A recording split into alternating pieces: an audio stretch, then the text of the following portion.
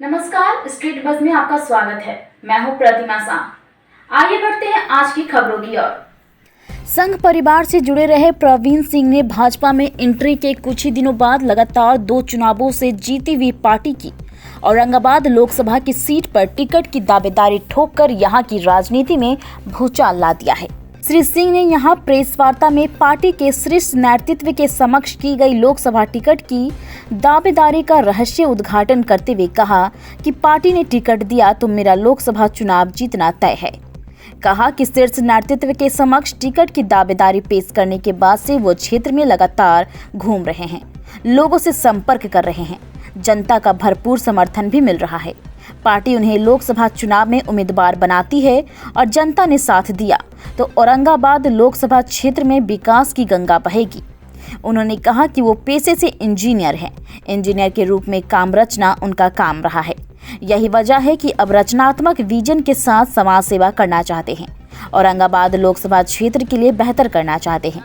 श्री सिंह ने यह भी कहा कि पार्टी यदि उन्हें छोड़ किसी और को भी उम्मीदवार बनाती है तो वो पार्टी के लिए ही काम करेंगे, किसी सूरत में पार्टी से बगावत नहीं करेंगे। इतना तय है कि जिसके हाथ में कमल होगा लोकसभा चुनाव वही जीतेगा। आगे सुनिए उन्होंने और क्या कुछ कहा। और विकास में स्वास्थ्य, शिक्षा, सुरक्षा, सड़क ऐसी कुछ चीज़ें हैं जो कि अभी भी काफ़ी कार्य करना बाकी है। उस कार्य को करना हम चाहेंगे। स्वास्थ्य में हमारी सोच है कि हर पंचायत लेवल में स्वास्थ्य और शिक्षा की अच्छी सुविधा हो। स्वास्थ्य में कम से कम एक अच्छी हॉस्पिटल हर पंचायत लेवल में, ब्लॉक लेवल में ऐसी हॉस्पिटल हो कि रेफरल हॉस्पिटल ना हो। डिस्ट्रिक्ट में तो बात अलग है, यहाँ तो आज डिस्ट्रिक्ट लेवल में भी रेफरल हॉस्पिटल है। हम चाहेंगे हर ब्लॉक में स्वास्थ्य की, ये हमारी बुनियादी सुविधाएं हैं जो कि जनता को चाहिए, वो लेकर के हम आए हुए हैं। शिक्षा में भी प्राइमरी से लेकर के हायर एजुकेशन तक अभी भी बहुत कार्य करने बाकी है। कार्य हुए हैं, बहुत कार्य करने अभी भी बाकी है।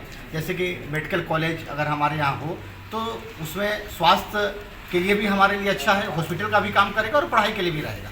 तो मेडिकल कॉलेज हो, IIT लेवल का इंजीनियरिंग कॉलेज हो, MBA कॉलेज हो, और एग्रीकल्चरल हो, चूँकि एग्रीकल्चरल बेस्ड हम लोगों का जगह भी है। तो यहाँ पर अगर कृषि का अगर कॉलेजेज हो तो एग्रीकल्चर से भी रिलेटेड हमको वहाँ से सलाह मिलता जाएगा, और खेत वगैरह में क्या खेती होना चाहिए वो सलाह भी सबों को मिलता जाएगा। तो ऐसी सुझाएं शिक्षा को लेकर के है। सड़क आज भी बहुत सा गांव में बहुत पतली सड़क है, 3.5 मीटर की सड़क, 3 मीटर की सड़क, 2 गाड़ियां आने के बाद एक गाड़ी को रोकना पड़ता है, या इमरजेंसी में अगर किसी को हॉस्पिटल भी जाना पड़े तो उस सड़क का भी कार्य अभी बाकी है। वो सड़क का कार्य भी हम चाहेंगे कि हो। इसमें दोषी कौन है?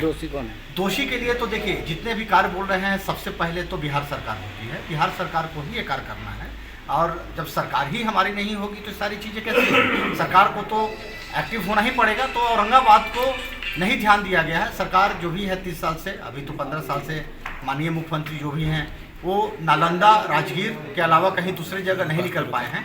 तो हम चाहेंगे कि कम से कम औरंगाबाद पर भी ध्यान हो, और औरंगाबाद को बहुत आगे आना चाहिए। पहले तो NDA के गठबंधन की ही सरकार यहाँ चल रही थी, बिहार में भी। जी। उस समय देखिए, जिस समय NDA की गठबंधन थी, आपको भी जानकारी है कि काफ़ी चीज़ें हुआ था। उस समय के बाद काफ़ी काम जो होना था वो रुक गया। NDA गठबंधन के साथ जो भी था कार्य करने की कोशिश की गई, और फुल फ्लेड मुख्यमंत्री हमारा नहीं होने के कारण थोड़ा सा अफेक्टेड तो होता ही है। फुल फ्लेड मुख्यमंत्री हमारा नहीं था, और आने वाला समय में अब अगर हमारा सरकार आता है तो उससे ही आशा रहेगी कि वो करेगी। बाकी इस सरकार का जो था वो तो दिख गया है कि क्या कर रहे हैं क्या नहीं।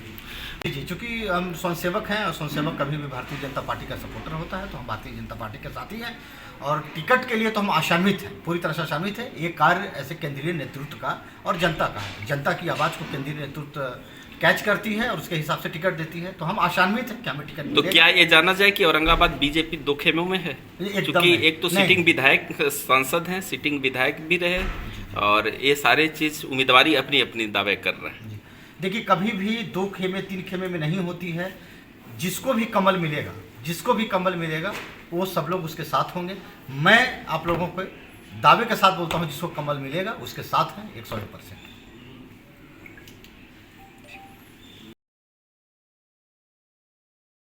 ऐसे ही तमाम खबरों के लिए स्ट्रीट बस के YouTube चैनल को लाइक और सब्सक्राइब करना ना भूलें।